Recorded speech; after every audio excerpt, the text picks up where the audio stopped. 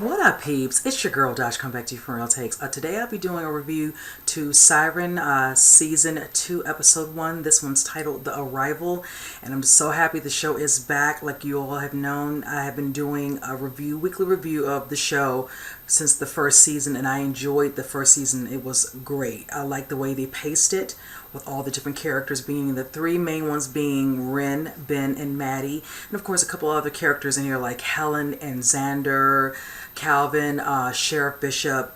Just a really nice ensemble cast. A lot went on in season 1. I'm not going to do a full recap on that because I did discuss that in a recent trailer I did, so I'm just going to dive right in because a lot was going on in this actual episode, and I just want to get to the meat of the episode. Now, the beginning of the episode, of course, you see what looks like to be kind of Ben just kind of doing stuff, you know, going through motions. He's doing rock climbing, and in the midst of him doing his rock climbing, he, of course, starts to have little visions, whichever, of Ren. He still hears the siren song, so of course he kind of loses his footing and almost causes himself to get killed. He ends up hitting his arm up, and of course from there, you know, has to go to the town clinic, whatever. So from there, you do come across a situation where Xander is feeling very conflicted. You already know, of course, from season 1, the situation of him losing his father, going out into the, you know, out in the water with his boat, which was not his boat to be making the decision, and of course the situation that happened with Donna.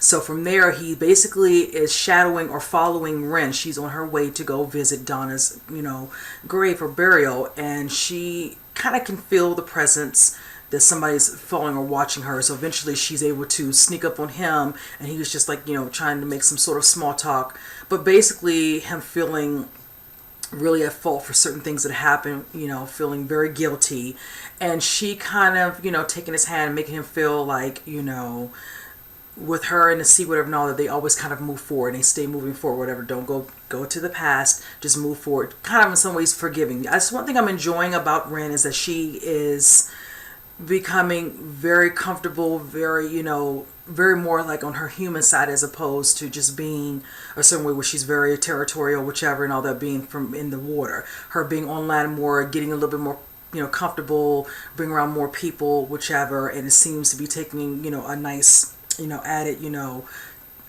feeling, you know, on her, reflection on her, whichever. And I think Xander is opening and welcome to her. Granted, you know, you would think he wouldn't after what happened to his dad, but with her, it seems to be a certain way he feels, and he feels, I think, with her giving him, you know, that feeling to move on, stop, you know, feeling the way you do feel. Of course, he's always going to feel, you know, sad because of losing his dad, but also with what happened with Donna, whichever. So I like that scene.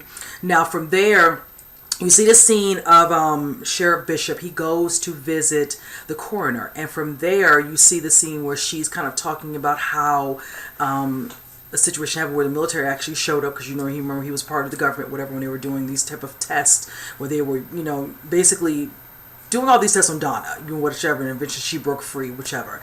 Now, from there, she says how the military came, and he's like, oh no, I wanted to kind of find a way to clean us up, whatever, so the people, you know, from the, you know, town council, whatever, and all that, you know, wants to meet with him, he could let them, put them at ease of sorts. So when she explains to him, you know, no, they took my figure, you know, it was considered a suicide, but come to find out, she decided to do an autopsy. They had not known she did that.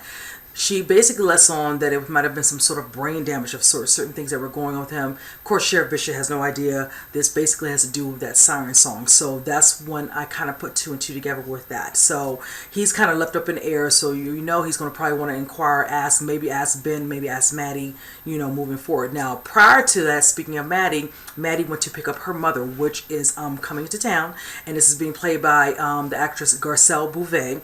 And you can see it's going to be some type of tension there because of the simple fact that when her mother left, she's been dealing with such situations, you know, in regards to using, and she kind of has these moments where she leaves and she's gone for long periods of time. They discussed this briefly in season 1. They didn't go into too much detail as to exactly what it was, but she's always leaving, whichever. And of course, Maddie's father always feeling this need to feel like she's going to come back. She's going to come back. And of course, as you all remember in season 1, she did call and said she was coming home. So at first, she's not sure she's coming because she sees the bus, but then she doesn't see her getting off, and she thought she'd, you know, basically let her down, her dad down again, more so her father. But she, of course, fell asleep. She gets off. She's the last one. And then Maddie feels somewhat relieved. But then, they kind of leave, whichever. And she just, tells her, thank you for waiting, whichever. So, of course, it shows them later in the episode, of course, going home, to, finally meet up with, I'm assuming, might still be considered her husband. They didn't say ex, so you just never know. Now, from there, you see the scene where it shows Maddie and Xander. Jerry's there, of course, tending to the sea lions, whichever, and all that. They won't eat. Certain things are going on unbeknownst to them at the present time. But it shows Xander coming and want to talk to her, whichever. And, she's like, I'm just kind of working. He's like, where's Ben? And of course, she's like, he's not here. Come to find out, Jerry lets him in on the tip that they are working different schedules, so they cannot be together at work with all the tension that happened previously. We understand why, whichever. It's just kind of best because, of course, they're taking a break or whichever, and a lot of this panic from the situation that happened with Ren, even though they don't blame Ren. But it's certain things between the two of them being together. So, of course, Xander kind of comes to her, wants to talk to her, whatever, and she kind of lets him know about the way he behaved during the incident with all the different mermaids, like, the merman, everything like that, how things could have been a little bit better, how he kind of got ahead of himself and, of course, got locked up in jail, had to spend it overnight, kind of like, for the sheriff to kind of teach him a lesson, like, you're going over deep end, collect yourself, get yourself together, look what happened, Donna was killed, with that shotgun in the process, or whichever. So she understands also what he's been going through, of course, like I stated, with the father.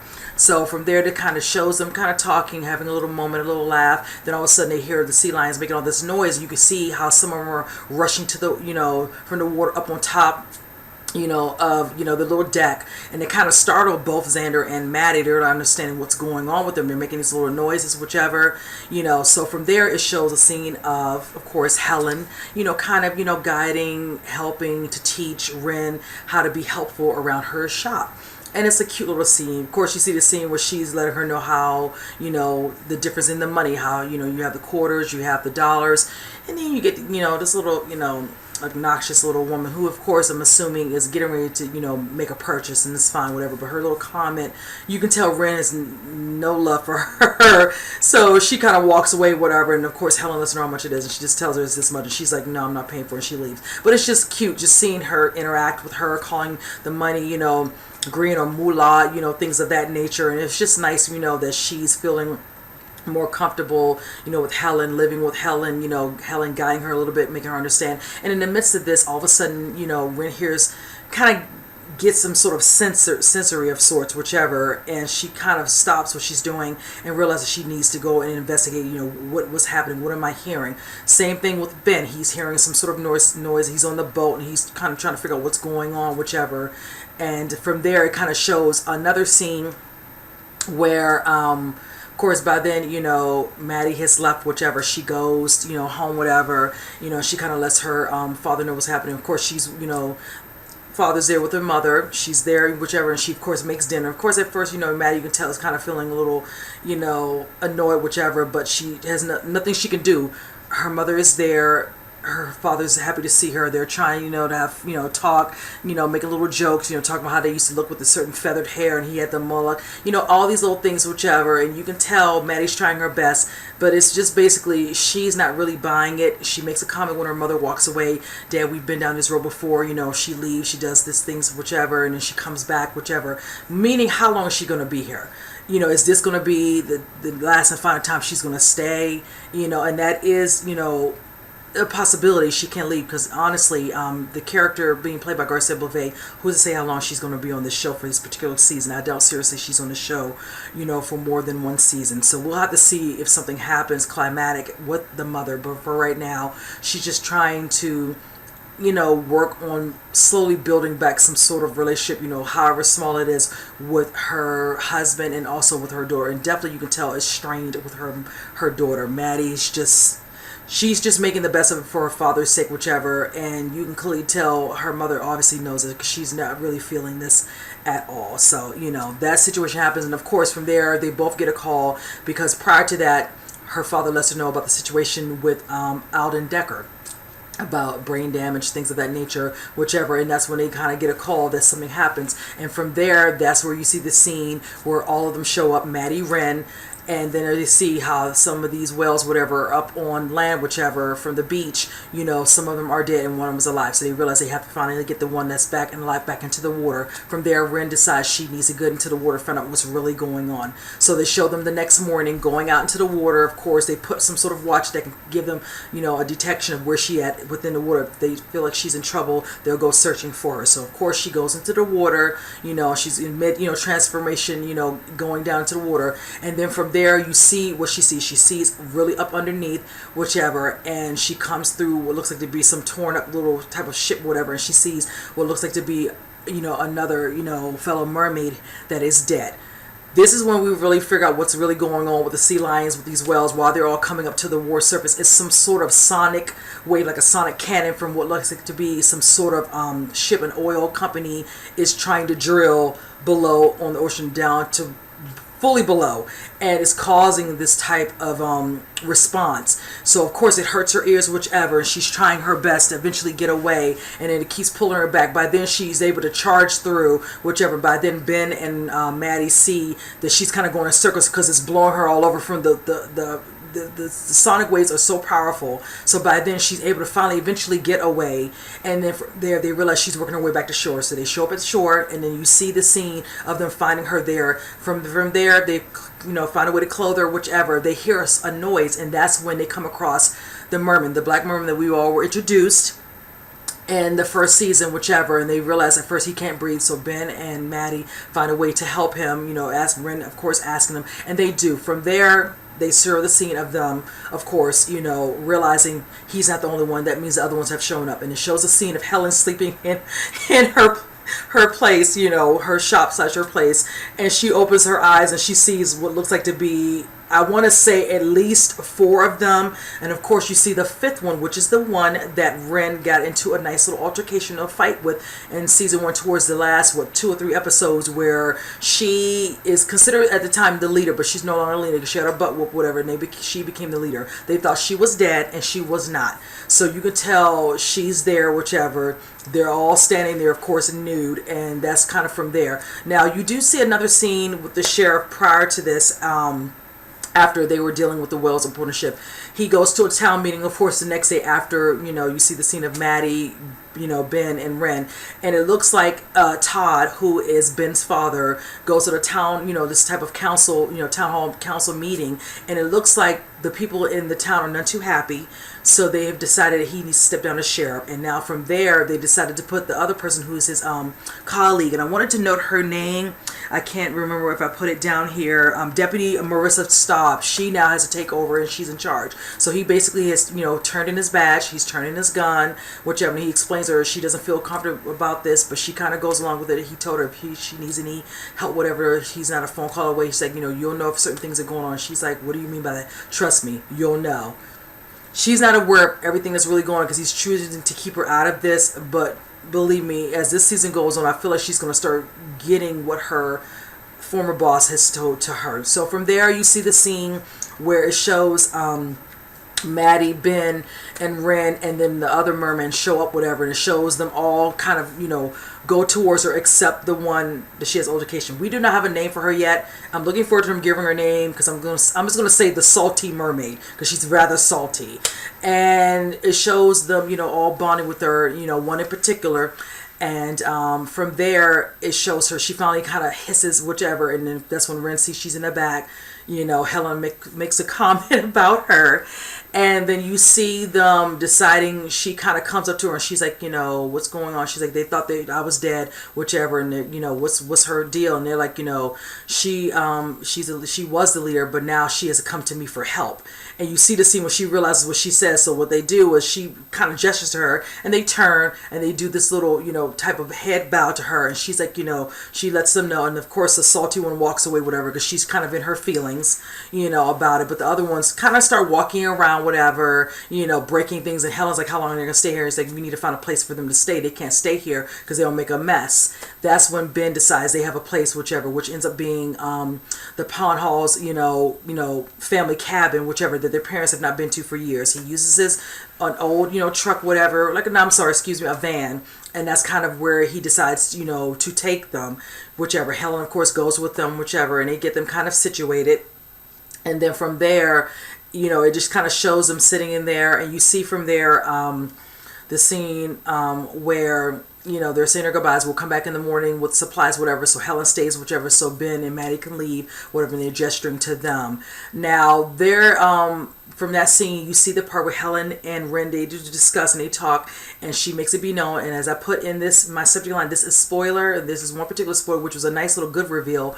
And it's the fact that one of the girls who I had hinted had came up to her specifically when she thought she was dead, and it happens to be the daughter of Donna. So you know she's going to feel very protective of her now that she knows, you know, she probably realizing this from the salty one, that her mom is gone and that, you know, someone played a part in it. Right now, she probably doesn't know who that is. Now from there, there's a scene that I didn't discuss, and I'm going to bring up briefly, is where Xander is meeting with Calvin. They're at the little, you know, bar hangout, whatever. And of course, Calvin's girlfriend's one of the bartenders and all that. They're having a drink, just kind of chilling out. And then there's a female who's talking to him, whatever, making small talk between the three of them. And she lets on about, you know, fishermen, boats, whatever. Oh, I heard about the boats around here, how they do this, that, and the other. Just trying to, you know, get to know the guys who are kind of ingrained herself in the conversation. And of course, Xander takes a little shining to her, whichever. And then they kind of talk a little bit. And from there, you see the scene where she makes a little comment because she thinks he's a little tipsy, whatever, with a drink. So she's kind of like, you know, a little bit of a flirt. He's kind of, you know, vibing to that, whichever.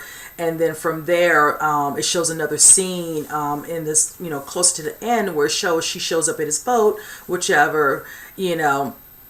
And she's, you know, asking, could she get a nice little, you know, tour, whatever. He's explaining to her and everything, things of that nature about the boat, whichever. Then you pan to another scene where he's, of course, taking care of some bills, whatever, and all that. And he's kind of, you know, stressed out a little bit. He texts her saying, hopefully, you know, we, you know, can hang out again. And then, of course, it shows her at a hotel that's in the town. And she answers, like, well, next time, if you're not drunk, you know, maybe we can, you know, meet up, whichever. And, of course, he smiles and laughs, and he likes that. Unbeknownst to him, that she picks up the phone, she's like, you know, I've made contact, you know, with such and such, whichever. And it shows, and, you know, a pan off where it shows a box that has the name Decker. So it lets you know government must be kind of trying to figure out what's going on with what happened to Alden Decker. Now, granted, they know part of what he was doing down there in that town, but they don't know exactly what happened to him and, you know, why he ended up, you know, basically, as they said, you know, suicide, you know, killing himself, whichever, which in some ways, honestly, he did, but they don't know from what, you know, from exactly what. Military doesn't know. Us viewers know. It definitely had to do with Siren song, but that makes a lot of sense now, whichever, since, remember, if you all recall, Ren did make a comment about the song, you know, pulling whatever and all that, and, you know, wanting this need to be similar to what Donna did to Alden Decker's character. So we're going to see how far she's going to bring this. Why is it that she is, doing this, using, you know, engaging herself in this, whatever. I'm assuming the people in the area, I don't know if Alden Decker had made notation of Xander, any of his notes, if they have anything in regards to this. A possibility that box has to do with whatever notes he kept of all the people in that town. So that means Ben's mother, when he was going to do a stem cell, you know, research thing on her, maybe the father. He did meet one of the brothers, definitely Ben. Doesn't really know Maddie, but probably does. And then enough to know about Donna, and maybe knowing about Ren, being the Donna and Ren, you know, both being mermaids. So that's going to be interesting how she plays a part. She'll get to know him, get close up to his friends, whatever, filling them out. I am looking forward to that scene with that. I'm looking forward to seeing what's going to happen with the salty mermaid and how it's going to move forward. Because if you can recall, there's a scene where they're on the actual van, and the merman is like, you know, you saved me. And you can clearly tell she was none too happy with them bonding at that moment. So that's going to be very interesting, their, you know, relationship, whichever. She going to have to whoop that little fin again. Yes, I went there. So I'm just curious. I'm loving the first episode. It's a lot to go on. What's going to happen? We don't know what else is down there in that water. So it's going to be interesting how many more, you know, mermaids are going to show up. So I'm looking forward to seeing as we progress how things are going to go. But this was a really good first episode for season 2. I'm loving what I'm seeing. I'm expecting a lot of good stuff throughout the whole season. So you know what, you guys, comment below. Let me know what you all enjoyed about this first episode. And I will see you guys on the next review. You guys take care.